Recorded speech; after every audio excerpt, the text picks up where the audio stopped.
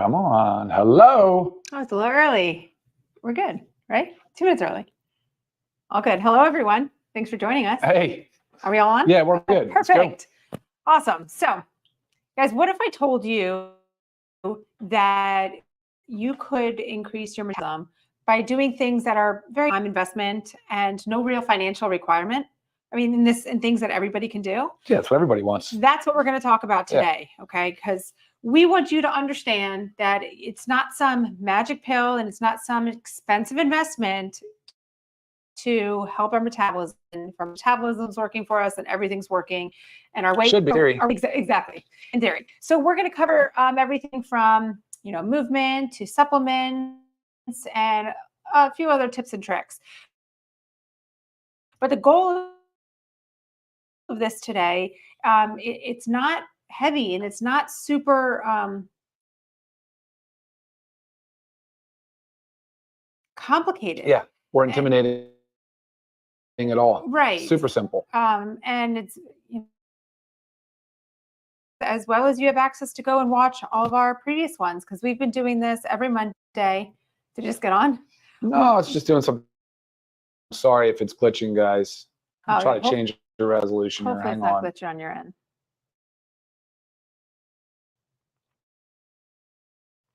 So yes, make sure you like,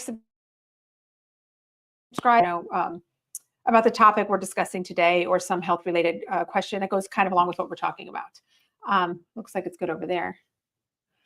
All right, so first we're going to go into the most important thing, and it really is about movement. I guess we're listening to a little training that was talking about how the gym memberships have gone up in the past, few years, like more than doubled. So that's great. People are getting their bodies into the gym. They are working out. Wonderful. But yet our obesity continues to increase. Obesity rates. Our obesity rates. So something's not right. And really the biggest thing is even though we are working out, maybe we're saying, I'm going to go to the gym in the morning and do my stuff, or I'm going to do that YouTube workout in the morning before work, or on your lunch break, or you go to the gym after and you're getting your workout in. But what happens during the rest of the day? You're sedentary. That's actually, I'm kind of victim of that and guilty of that most days of the week. Unfortunately, I find myself at a computer seated quite a bit. I do take calls and I walk a lot, but man, I'm telling you, this is going to be perfect for me to leave this meeting, this call today. And I am going to commit to doing the things we talk about today. Right. Because it makes so much sense to me. It's such common sense. Yes. So the biggest thing that we need to do is incorporate short exercise set. What do you mean when you think exercise sessions? It's movement throughout your day. Whether it's, the studies are showing that it's best if you're doing every 30 minutes, like 2 minutes of activity. And now this could be going on a short walk. This could be air squats next to your desk in your office. This could be push-ups, whatever it's going to be, whatever works for you, however your living situation is. Like specifically, I just told Ryan, I said it'd be easiest for him to just step up next to his desk chair and do a minute of air squats and a minute of push-ups every 30 minutes. So what did he do like 5 minutes ago? Hey, he set a timer on his phone, a reminder on his phone to just let him know when it's every 30 minutes, and then he'll just get up and do it. So I want Ryan to, now, first of all, if that doesn't work for you, there's other ways to do it, right? Say you eat 3 meals a day. Think about doing a 20-minute walk before your meal, 20-minute walk after, right? And by walk, this doesn't have to be anything extreme. This doesn't have to be some heart rate driven walk. The goal is muscle contraction. And I want Ryan to dive in a little bit on what the muscle contraction is doing to our cells. Yeah, I think everybody's probably familiar with insulin and its role with diabetes and managing blood sugar, which obviously blood sugar goes up and it goes down and it goes through these multiple cycles throughout a day around meals and food and consumption of calories. But it's really insulin sensitivity or insulin resistance is what we're trying to sort of overcome. We don't want to fall victim to insulin resistance. That's the early stages of the pre-diabetes kind of phase into the type 2 diabetes. Type 1 diabetes least I'm so sorry. The video seems to keep glitching. I changed the I'm hoping you guys hear me just fine. Yeah, I'm watching the comments. But, guys, the thing is, if we're eating throughout the day and multiple times in small snacks and little sugar things here, little sugar things there, our bodies are always kind of figuring out how to manage this sugar load, which isn't normal for our bodies. So when you have this glucose circulating in the blood, ideally it comes in boluses. It's a big bolus. It's a big meal bolus. It's a big shot. Boom. Your body responds accordingly right away. The pancreas, the rest of the system goes into its parasympathetic nervous system. So you've got this rest and digest process. And then that subsides. And then your body goes back into that cleaned up, fasted state where you're ready for that performance again. And you can go back through that cycle multiple times a day, but it shouldn't be constant food, constant sugar elevations throughout the day. And Can I interrupt please. real quick? Yeah. So when he's saying this about sugar, I don't want you to think it's the fact that you're eating sugar, because you might be sitting there like, I watch my sugar, I don't eat my sugar. He's not talking to me.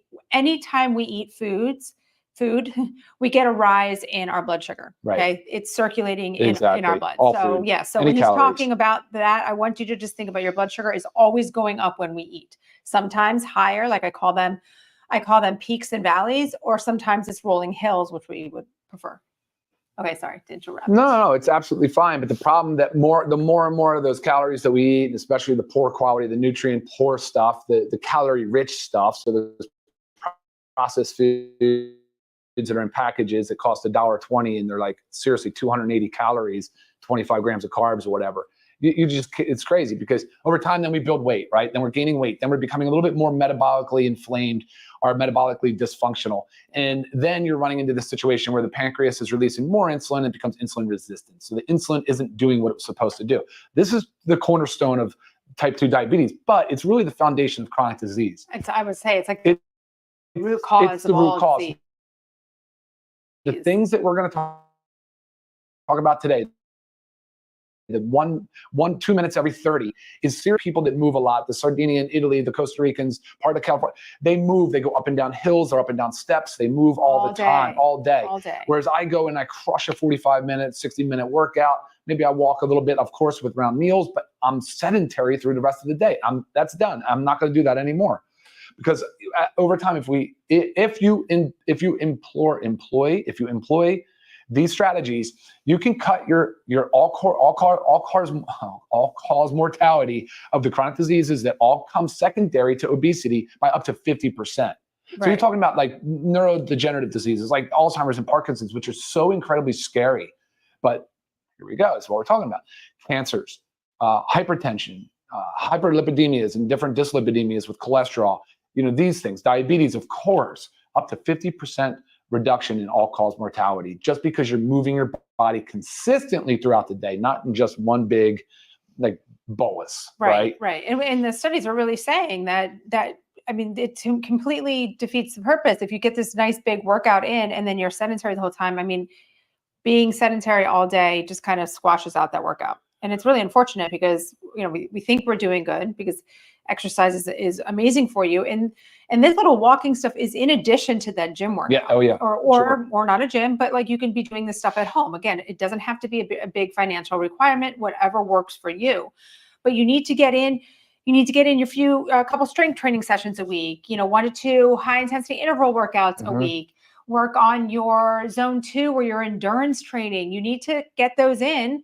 So you set aside time for that, right? Whether it's like, say, an hour in the morning, an hour, at night, again, whatever works for you. And then you incorporate these movements throughout the day. And it's about the muscle contraction. So I know many people do the treadmill desk, which is absolutely amazing. And you don't have to walk fast, 2 miles an hour. You're just that muscle contraction is going all the time. You don't have to be using it all day, but think about if you were just using it, every 30 minutes, you were just like, I'm going to jump on my treadmill desk and, instead of staying seated. So many ways that you can do it. And if you have a dog, think about how much your dog would love if you're working from home and you just put your leash on your dog every 30 minutes to go on a quick walk up and down the street. I know our dogs would be very excited. For sure. Yeah. So there's so many ways to do it. And we just cannot stress how important it is for you. And it's important for that muscle contraction. So again, if doing air squats, works for you, do those air squats. Again, it's the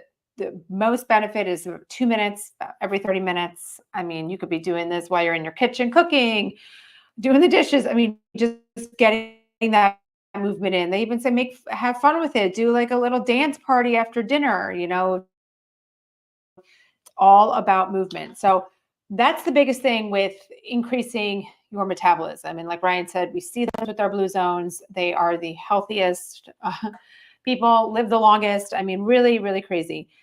So we need to make sure, again, It's not crazy. more. It's like they actually simplified in such a way that Sure. it's so relatable, and it actually struck a chord with me. Like, so I'm actually excited about this Zoom. I'm very excited about this Zoom. Right. Because sometimes you look at the blue zones and you look at the life they live, and they might be enjoying their red wine every night and doing this, but what they're doing is moving their bodies all the time and also living very stress-free lives. But there's also other things that we can do that simply help, increase our metabolism. And a lot of it has to do with having the right nutrients, having the right vitamins. A lot of this is your omega-3s, which is in our factor 4, and turmeric as well. And simple vitamins in our multivitamin. Your B vitamins are very good for increasing metabolism. Vitamin C plays a role. So your vitamin, I said the B's, like niacin, B6, B12, all in our multivitamins. Magnesium, which we know plays a role in over 300 enzymatic reactions in the body. And one of those is metabolism. Another one is sleep. And guess what? Lack of sleep disrupts your metabolism and your hormones. So you need to be working on all these things so your body is working its best for you. And it doesn't have to be that complicated. It doesn't have to be some magic pill in a bottle that's costing you, $120 a month, telling you that it's going to, increase your metabolism. It's about taking care of yourself. We do know that there's that caffeine. So caffeine in coffee and other things helps increase metabolism. You forgot lean too. Our latest body composition formula, lean. Lean is also because of the metabolic benefits of some of the ingredients. But I love what you said. None of this is going to put the work in for you, though, guys. The work is that you get out and you move. You have to move your body that many times a day. Office setting, maybe that's okay. A boss should respect the fact that you're trying to increase, right? The uptake of your sugar. It's better for your cells. You'll be more productive. Every 2 minutes, every 30. Come on. Right. Come on. Hydrating properly plays a big role in metabolism. So you need to also make sure like hydrating properly is hydrating with electrolytes. It's not just the consuming water. The green tea is in the super greens, great for metabolism. So there's so many little things that you can do. And there's also many of you out there that are probably taking all of this that are like, yes, okay, I'm doing this for myself. So now all I need to do is make sure I'm getting those gym workouts in, or those, structure workouts, I want to call them, and then make sure you're doing your movements throughout the day. So again, whether it's 2 minutes every 30 minutes, or whether it's 20 minutes tacked on to the ends of each meal, do what works best for you. I know a lot of times for us, for like dinner, I mean, we can do a walk before and a walk after, and then just little movements throughout the day. So the goal again is moving your body more because you're contracting your muscles. I feel like I had something else I wanted to say. Well, it's funny because I didn't know what we were going to say today. So I was talking about different things. Like we were looking at sarcopenia, body composition, how to measure it, the different things, the different types of fat, because metabolic health tends to be a lot about obesity, and the population is very obese. There's a lot of, 57 to 75% is obese or is overweight or obese. Right. So, but I'm glad we're not going there. I'm glad we're not going heavy on nutrition and telling you what sugars and should you eat natural fruits and how often and with what. No, we're saying, guys, simple. Move your body more throughout the day. Right. If you're doing a big workout, great. Got to do that too. And then move your body throughout the day. Yeah. Just move. It will increase your output, your energy. You'll feel better because of it. Your metabolism can correct itself. I was going to start going into like catabolism now. I don't want to talk about it. Right. It doesn't matter. No.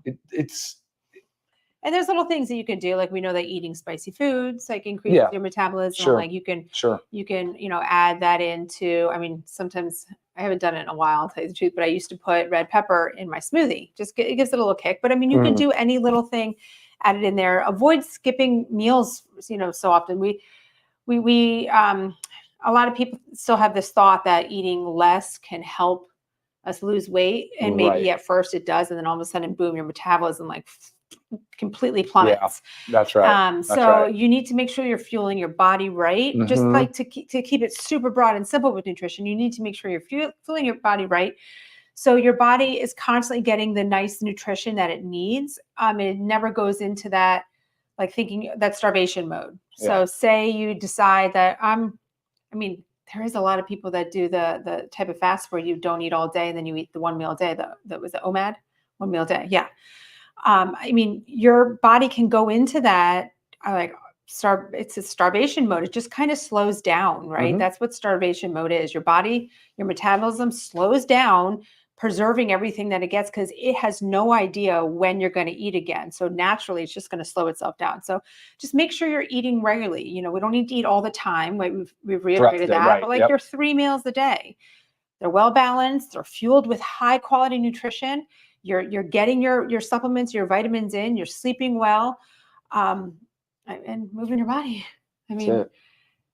Simple. it is simple. It is simple. And I mean, so Ryan and I just got back from an international trip Yep. late last night. This, to tell you, was my longest time being on an airplane, and it was 9 hours, which is extremely long for me. My biggest anxiety was like, I can't sit that long. Like I was getting like, how am I going to do this? But we just kept getting up, and it was around about every 30 minutes. But Mhm. we're just getting up. We would do the lap around the plane. It was a very big plane. We would stand in the very back where there was an open area, and we were doing air squats. I mean, who cares how silly you look? People are probably envious of that. Like, oh, that's so smart. Like they're just getting up and they're moving their body. You have got to do it. Same thing that goes for in your work environment. Who cares if you look silly sitting next to your desk doing an air squat in a dress? I mean, just move your body. I remember when I worked at the hospital.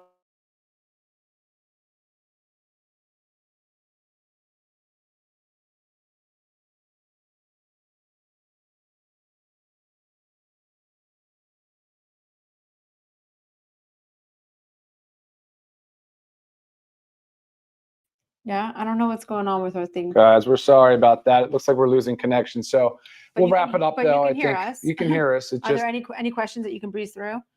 just And while he's doing that, again, guys, make sure you like, subscribe to our channel, please. Love your comments, love your feedback.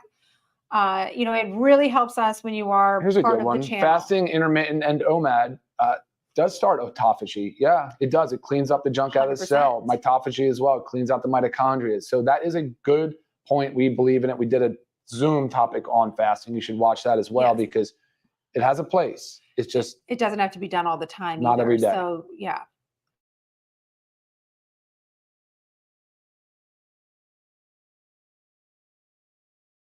Man, You still boys, going? guys, I'm so sorry. I think we're gonna have to drop. The internet has been poor here, and I think today is causing us There's to a lose lot of connection. people talking about intermittent fasting. So it is an amazing thing. It does help it helps a lot with metabolism, but there's also a fine line. Everybody's different. So there's a lot of women out there that are stressed. Cortisol levels are high. And I'm talking more about, premenopausal females. And then you go into a fasting, and maybe your body's perceiving it as more stressful, and therefore that's increasing your cortisol more, and it can backfire again because of your cortisol, but also it can mess up your hormones. So it doesn't have to be these extreme intermittent fastings. Like 12 hours is the minimum that you want to do. So I mean, I'm pretty solid around, probably I'm around 14, 15. Just that's what works for me. But I never want to feel like, if I feel like super hungry, that's a cue to me that my body needs to eat and I'm going to break my fast. Right. So, but again, 12 hours, 100% needs to be done daily. You came back. Yeah, it looks like it. Looks like it's back on. Okay. There were some questions about sugars and when to eat and how to eat, but yeah, again, not for today.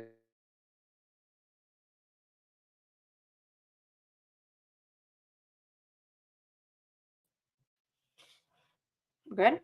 No, we're not good. Internet is so choppy, guys. I'm so sorry.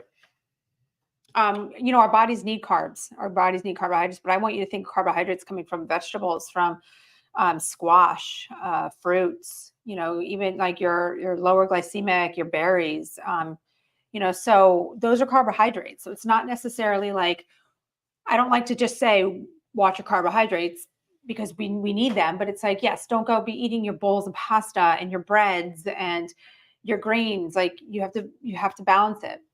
Choose your carbohydrates right is the most important take home there.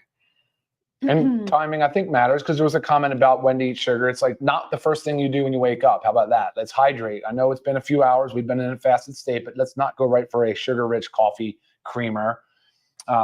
Water supplement right there is a great thing before, and then get your movement on. And then, of course, you need to eat. When you're ready, then you eat. But don't start with these little sugar boluses. And then don't snack on little candies or cookies in between meals. Right. Sorry, I'm trying to read some. Did you go up some little? Yeah, I've been moving all the way down. Yeah. Okay. Awesome. What are the fasting Zoom we did would be yes, helpful. we did do a fasting Zoom. And it doesn't have to be black and white 16 hours. It doesn't have to be a 16/8, but the minimum that your body needs to be fasting for your for a recovery. So by that I mean like when we're sleeping, like our body's like it's resting, it's repairing. If there's still food that it's working on digesting, it's not going to be repairing things. So that's the biggest thing. That's why you've got to do that 12 hours. Now, when it comes to like real autophagy, like those are your longer fasts for sure. Definitely. And they don't need to be done all the time. But again, check out our fasting Zoom because there's many ways to do it in many different kinds. Like you could choose to do one 24-hour fast, a week. And for a lot of people, that's pretty easy if you're eating balanced the rest of the days. So. I totally feel like this conversation has gone right back into nutrition. Right. And I love that about you guys. I love that you're all passionate and have questions around nutrition. But the biggest take home that we wanted you to get from today is about the movement. In addition to your workout. In addition to exercise, in addition to structured exercise, right? We know that we're going to work out 5 days a week. We're going to do it at this time. We're going to take this class. We're going to do this YouTube video. In addition to that, it's the moving your body, whether it's walking, air squats, push-ups, whatever works for you. 2 minutes every 30 minutes. And if that is not conducive to your lifestyle, aim for the 20 minutes before, 20 minutes after each of your 3 meals. That really is the biggest take home. And that can be done by everybody. And this is not short term. This is not a quick fix. This is lifetime. Like you've got to be doing this. Get your family involved, get your friends involved, get your coworkers involved. That's right. Make it a group thing. So that'd be fun actually if you had coworkers around. You're, all right, guys, 30-minute mark. Let's go. Right. Make it fun. Don't make it such a chore. When things become a chore, we tend to do them for a short amount of time, short term, and then we quit. Yeah. So exactly. This is something that we can do. Okay. Yes. If there's any. And again, sorry about the breaking up with the internet, but if there's any specific questions, guys, email me, lisa@livegood.com. I know some were coming in, but it's hard to get to everything as it's scrolling up. And check out our website, livegood.com, where you find all of our supplements and information about the company. Guys, thank you so much for joining us. Look forward to seeing you next Monday. And for those watching on recording, thanks for tuning in. Yes. Bye, guys. Take care. All right. See y'all. Bye.